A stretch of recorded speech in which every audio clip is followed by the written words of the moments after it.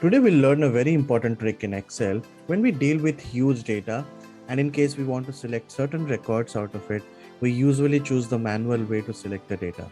For an example, in this case we have more than 7,000 records and you want to select the first 1,000 records. So what we usually do is we usually do a shift down key till 1,000. For an example, I'll do it till 100 and then do a right key like this, or else another approach is to just use your mouse and drag it.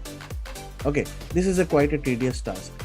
The best trick is going to be understanding how many columns do you have. You have column till U and you want the top 1,000 records. So press F5, remove this reference, press U, and if you need top 1,000 records, so your record starts from second record till 1,000 first, and do shift enter and the data is selected. Copy it and create a new sheet out of it, and you can verify that these are just 1,000 records.